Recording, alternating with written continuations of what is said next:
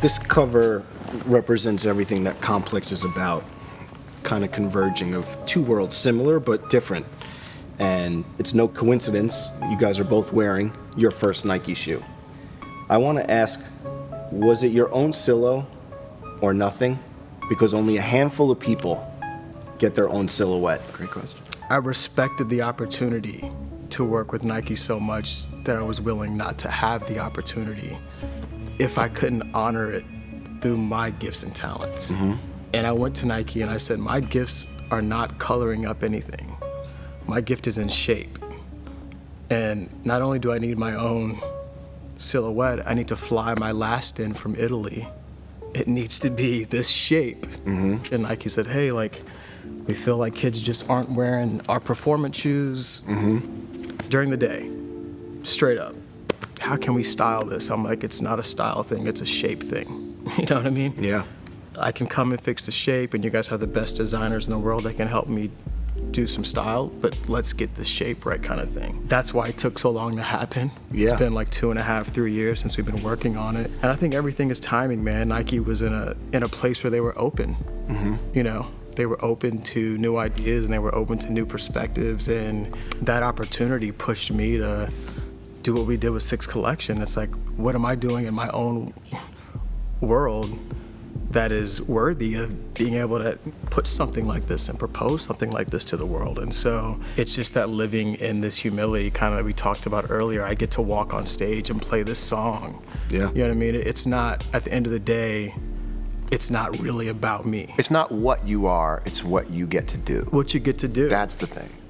John, in an earlier conversation, you brought up artists creating for themselves versus what the world is asking them to create. How do both of you guys navigate that type of world? I feel like you build this balance of what you're taking in terms of the overall attitude, and then blending it with things that you're sort of finding on your own, in your own time. So I think I'm always kind of stoking two fires. One is, what's the aggregate of what's going on in the world? And the other one is like, what could be a crazy next thing? You know, what could be a curiosity that people haven't really discovered yet? For me, it's always been like solutions based. You know, I started making clothes because I couldn't find what I wanted on the shelf. I made records because I couldn't find what I wanted to hear. You can, like John was saying, you stay in tune with what is happening, but more in tune with what's missing. Yeah, but fashion has a different relationship with the audience than music does. I feel like the audience for fashion understands they're going to be challenged. They like looking at something they don't get yet. And I feel like in music, the audience really responds to familiarity. And I remember thinking to myself, like, well, if I was a fashion designer, you would have just eaten all of this stuff up because it's new. But I think because of the spiritual aspect of music being something based on a lot of experience and a lot of familiarity, you have to fight a little bit to introduce something to people and go, no, trust me, no, trust me. I don't know, I would beg to disagree. Tell me. Yeah, I want to. I feel like fashion is like, you know, it's built on familiarity. It takes a high level of conviction and instinct to propose something new and know that people aren't just gonna wow at it, but buy into it and purchase it. Okay, you take two designs and they're exactly the same, and they're oversized and they're cut in a really slightly bizarre way. One of them says nothing and the other one says fear of God. Don't you feel like the audience would look at the thing that says fear of God and go, oh, that's pretty cool, because they have an innate trust in you as a designer? Or do you feel like you're starting out from scratch every time and you still have to play by the rules? Man, I feel like I'm starting from scratch every time. You know, even the Sixth Collection, and the last time we put a collection out was over 1.5 years, and I told my team, I said, if we don't put out Sixth, I feel like we'll just fade away in the wind.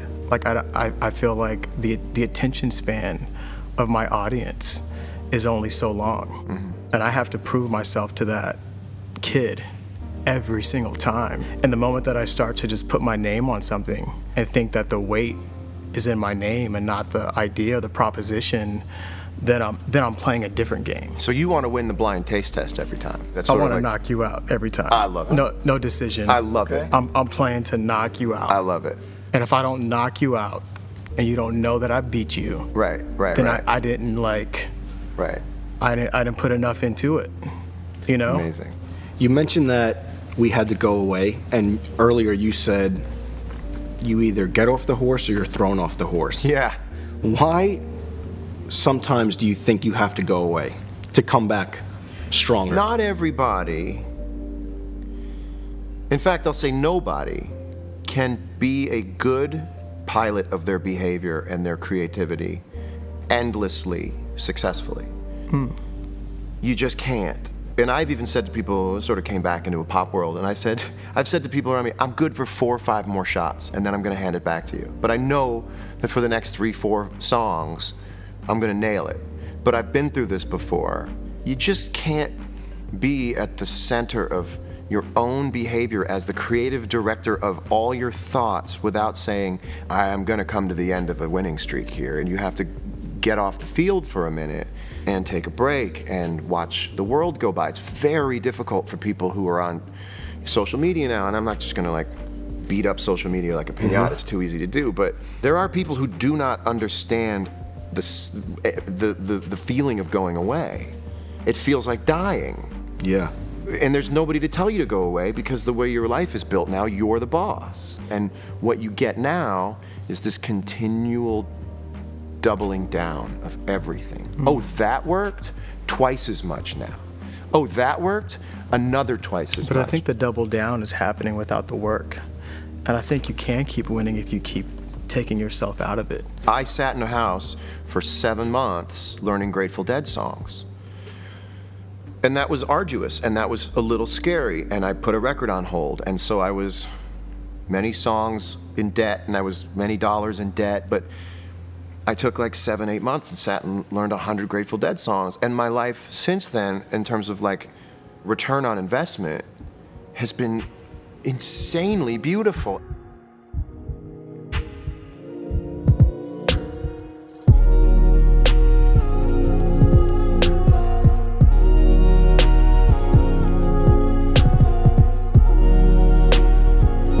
Both of you guys quit. 2 years Tuesday for me, man. Oh, for real? Both of you That's guys crazy. quit drinking. How did I'm 3 years in November. Good for you. how is that? That's crazy. 2 in next Tuesday. What effect has that had on both you guys? You both quit, Yeah. professionally and personally.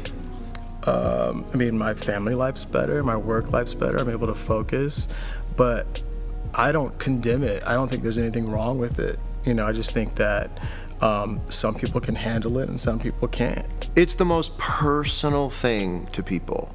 It is, and I know it's one of the most personal things to people because try talking to someone else about drinking. Try talking to someone else about how you haven't had a drink for 2 years and watch what happens to them. Instant Well, judgment. I don't drink that much anyway. I don't.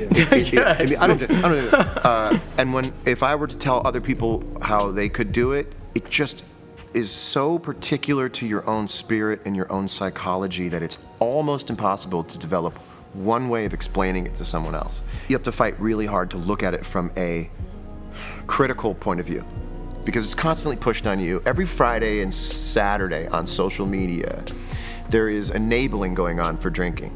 When your friend blacks out, if he dies, he dies. And me saying I won't have another drink 10 minutes later. Captions, yeah. What if I woke up every morning on Friday and Saturday and Sunday and put my feet on the ground and I just went, not hungover, and put it on social media every day, you know? Like, that would be an influence to people because I think you forget that's an option.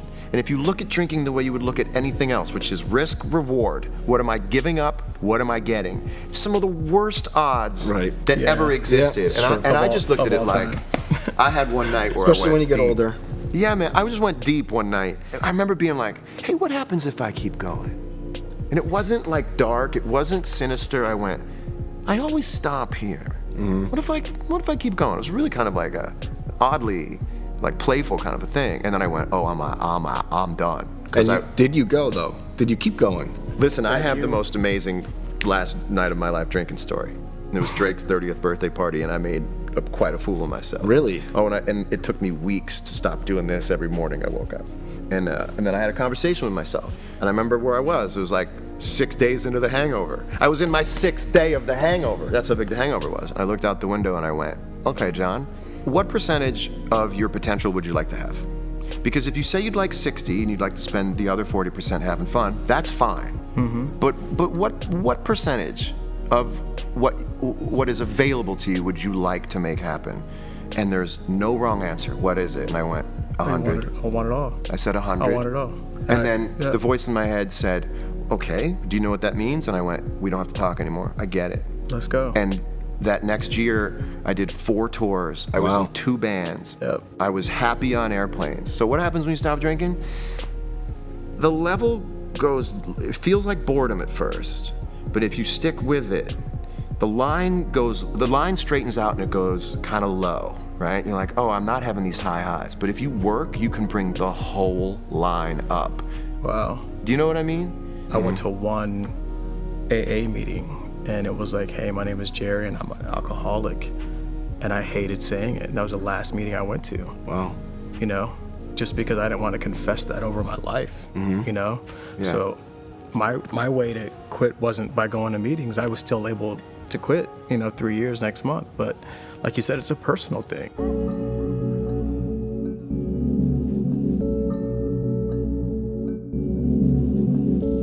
We're at this sweet spot of concentrating on being better than most people at the thing that we do and just appreciating the act of that and being like, I'm still young enough to do it. If you get old enough to have the wisdom to know how to do it correctly and young enough to still have the years to get it done, you have so many collections before someone tells you to take a seat. You have so many collections. I have so many more records. I just figured out how to make them without going crazy. I just think about Jay-Z, young enough to buy the right car, old enough not to put rims on it. That's to right. know not to put rims on it. right.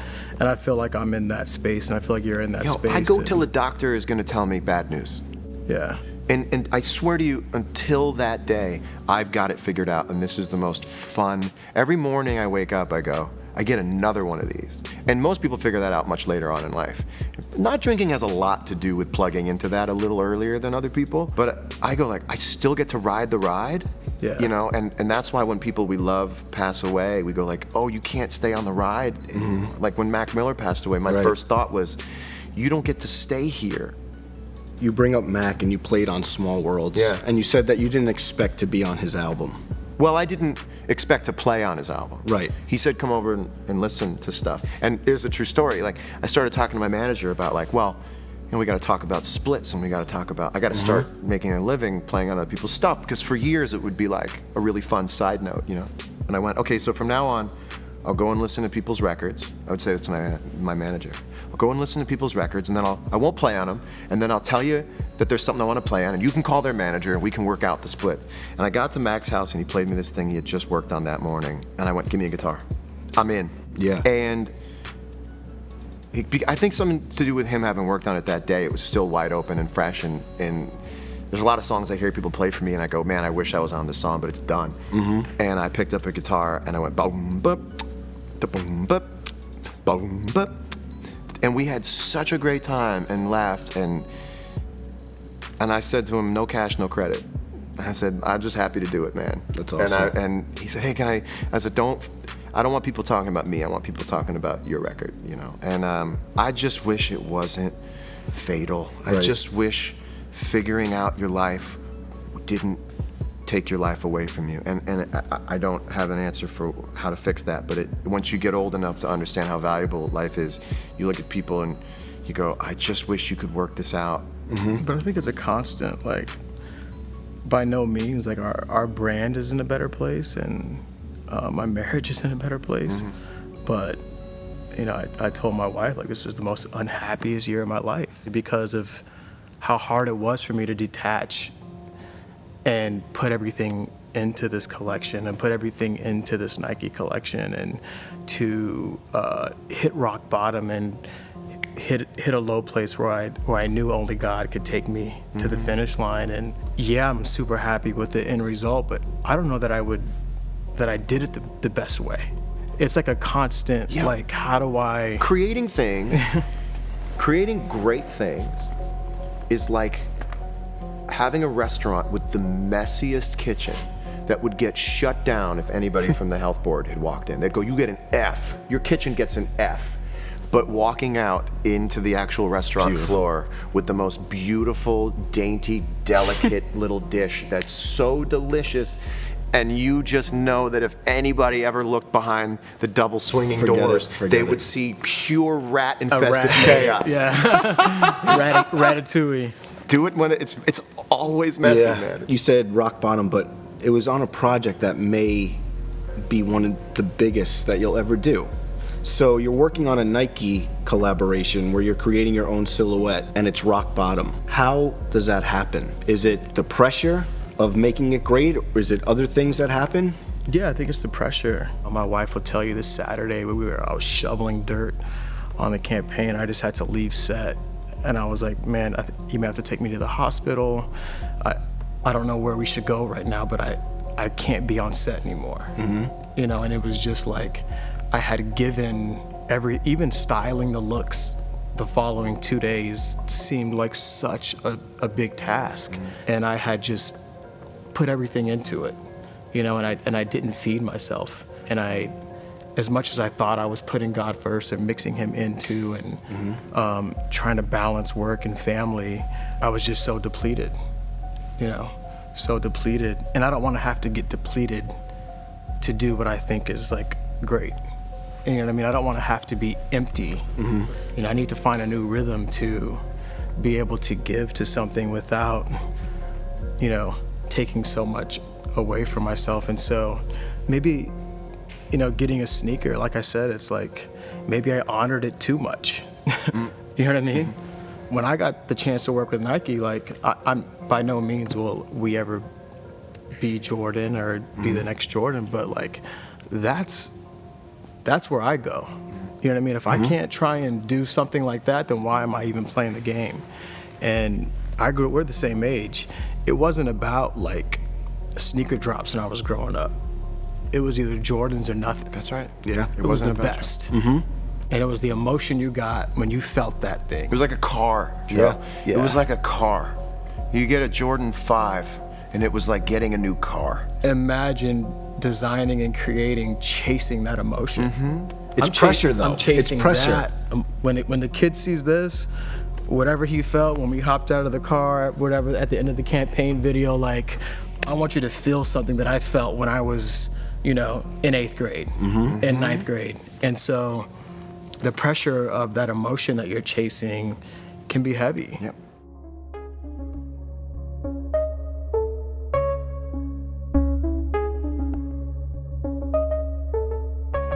It is a fairly new idea looking into the possibility of a creator also having some mental well-being. Obviously what this is pointing to, and not to grab headlines, but you think we see behavior of some of the biggest creators of our generation, people who you've both worked with, Kanye, and you see what's happening and what you're describing, and I think what you're getting to, especially in 2018, we see people going off the rails from, you know, on social media, and we don't know what's actually going on. Do you guys sympathize? That's a great question, and that's a really great word, sympathize. Yeah, I sympathize. I look at it very differently, though. What happens when you decide to be, when you decide to make an invention of yourself? You know, artists have always been inventions, right? So we decide, I think I'm gonna be that. I think I'm gonna be that. Some people go, I think I'm going to make all of this that. I think I'm going to move all of my chips into the idea of this living invention. And you can lose yourself in the invention. So I don't even begin to look at this like crazy or off the rails. And because it's not, I don't really have the data to be able, I don't think anybody really does. But I can tell you for sure that a component of it is being at your own steering wheel for so many years as a creative god, and not knowing how to say, well, now I'm a guy. And I was always astounded by Kanye's ability to donate most of who he is to that invention. The problem is I have never seen anybody successfully live inside of the giant robot that you've built for many, many years. I just feel like I agreed with the universe when I first met Kanye that I was never gonna just beat on the guy because I saw a genius, and I think a lot of people have. But it just goes to show you that even if you are a genius, you're still just a dude inside of the bigger metallic version of yourself going, what does this button do? And if you don't check in with someone else to tell you, maybe step down from that, you just burn into it. Ultimately, what he's saying is the same thing every artist wants to say, which is to break free of expectation, to break free of, and this art has been doing this for hundreds of years, you know. Is like responding to the world, finding out what in the world is hypocritical, what in the world is confining you. And I think he's trying to break through these walls, and everybody has a different way of doing that, and he just invented a larger Hulk smash of it all, and also didn't build in a fail-safe, which is someone throwing you in a car and saying, get out of here. If you don't have a boss to tell you, and that's what you hear. You hear the words "yes men" thrown around. Yo, I would love to be sitting here and say I have nothing to say about Kanye because he's somewhere treating himself or he's somewhere being okay. Like Jerry says, he's somewhere going away. But to talk about Kanye, I'm not going to shy away from the Kanye conversation because it's like an MMA fight where the guy's not tapping out and his ref isn't calling the fight. So he's still a topic of conversation, and I cannot wait till the day it would be insensitive to talk about him. I can't wait. Please do us the favor of making it seem a little unsavory and a little tacky to talk about it because you tapped out. Please tap out. I tapped out. I hear you. I tapped out. Tap out.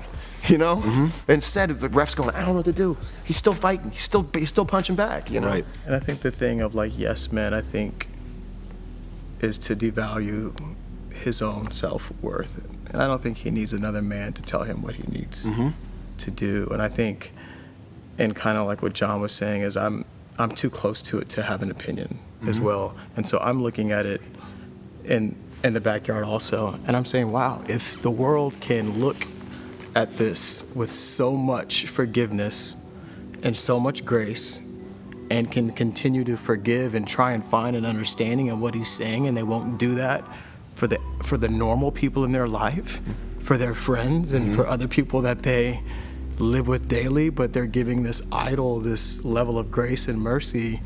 Wow, why don't we just treat the rest of the world like that and see how much better? That's a great point. We are all Kanye apologists to an extent that we do not offer to anyone in our personal life. There's nobody who gets as many chances in our own personal life, which is really interesting. But that's a larger conversation, right? We used to give our respect to people and our admiration to people on a provisional basis, meaning it can be taken away if you behave a certain way.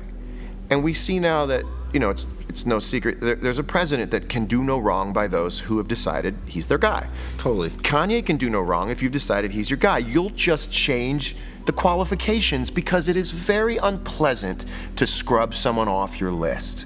It's very unpleasant to say, I was wrong, or I changed my mind, or not anymore. What if what he's really saying is, I want you to free think so bad that I'm gonna do what it takes for you not to like me so that you can begin to make your own decisions. Free thinking Is free thinking an excuse, though? Yeah, well, okay, so free thinking. What if I'm gonna self-sacrifice you liking me? Nah. So that you, Let's go into free thinking because it's a brilliant conversation, right? Free thinking does not mean lazy thinking. It doesn't mean for your college essay you can take a piss on a sheet of paper and say, I decided not to go with words for this essay. There is a way to cooperate with the world so that free thinking, and this does actually funnel into your collection, right? Because you have this great combination of free thinking and discipline. You didn't put out 3 shoes in a box. There's still 2 shoes. To hear Kanye say it, why stop at 2 shoes? Why not 4 shoes in a box? So free thinking, by his definition, is anything other than what we're talking about. Free thinking does really mean a thoughtful intellectualizing of the things just right outside what we're talking about. So to say that time has no definition is to basically opt out of cooperating in an intellectual world where we have to agree that time is a thing so we can talk about what kind of time we want to have. So free thinking doesn't just mean freedom from thinking. It's the discipline that... There's a discipline in abstraction. You have this perfectly. I look at your collection and I go, that is one of the most disciplined collections of taking something that's slightly contrarian. The way that the jackets fit are the first time that I've seen someone take this rethinking of the geometry of a jacket and still keeping the cool of a leather jacket.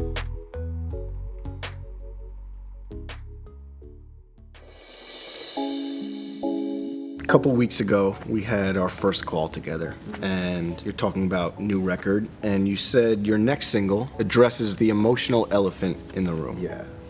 I talked to you when I knew that I had the song that I was gonna write, and I hadn't written it yet. And I went home like a week later and wrote it in 48 hours, and I just thought about it. I knew I had one.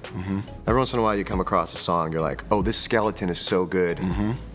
People have a great amount of emotion and a great amount of sensitivity that they're just now coming to learn they have to feed, or else they'll get sick, and they'll get sad, and they'll get hurt, and they'll get lost. As I got to the end of my second month without finishing a song, going in the studio every day, I went, what's going on? What am I best at? Not just what am I good at. See, when you get to your 40s, you're like, what am I best at?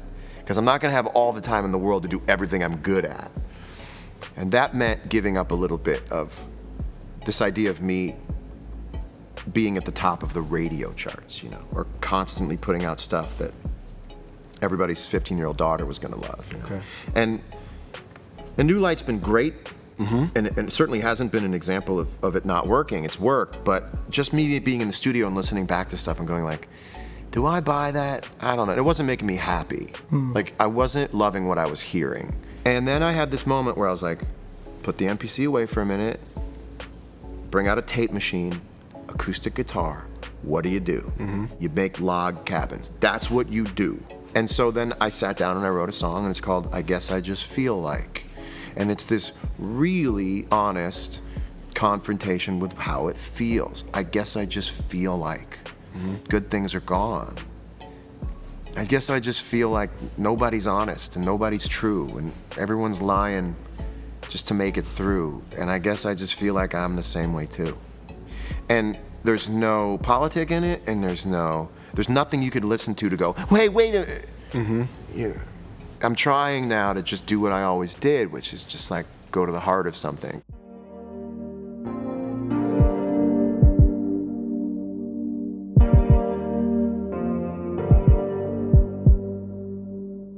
You are on tour with Dave Chappelle, and you're outfitting Black Panther and Kendrick Lamar. Do you think convergence culture is at an all-time high? Yeah.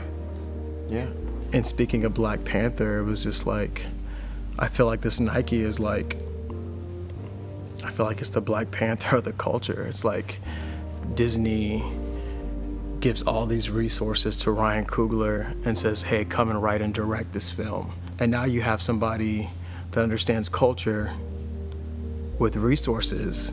Now that level of the way that movie reaches culture is at a different level. It's like Virgil going to Louis Vuitton. That you have someone that understands culture now with resources to speak to culture. It's a different thing. And I feel like me going to Nike and having the opportunity to create a performance basketball shoe was saying, hey, I'm gonna make something that doesn't compromise. You're gonna be able to go to the club in that and dunk on somebody, and both at the highest level. Why does it have to compromise? We are, I feel like, in a meritocracy right now, where people are not necessarily judging what they do on the genre like they used to. Because you'd be like the most outdated human being in the world if you were like, I like rap and I like R&B. What do you? Yeah. That is that's like saying I like blue clothes. Like, what a weird way to judge things, And I think that's what we're trying to do, with fashion. Yeah. I need to know how the Drake story ended on the 33rd. That's hilarious. Well, if you'll share it. Oh yeah, man. That's funny. I was doing a show with Dave Chappelle. Okay. And Drake was in the audience. Drake came up, he said hello, and I hadn't seen him since his birthday. And he reminded me, well, he didn't really remind me, he told me for the first time because I was pretty far gone on this last night I'd ever had a drink, that when I said goodbye to him and was about to leave the club and go into the street. I put my arms out in front of him and I said, remember me and remember this. And just walked out. And apparently it was like, what did he just say? It's amazing. The crowd laughed. And I was like, that's pretty. Chappelle lost it that I would have said that. And I have confirmation from someone else standing next to him that ultimately I wasn't so bad that night. I found out that I wasn't as bad as I thought. That doesn't sound that bad. I apparently held it mostly together. But the idea of looking at Drake and going, remember me and remember this. I just turned around and got into a car and drove away. And then after that, I woke up and cried into the neckline of my sweatshirt the next morning and went, all right, I'm going to remember this for sure.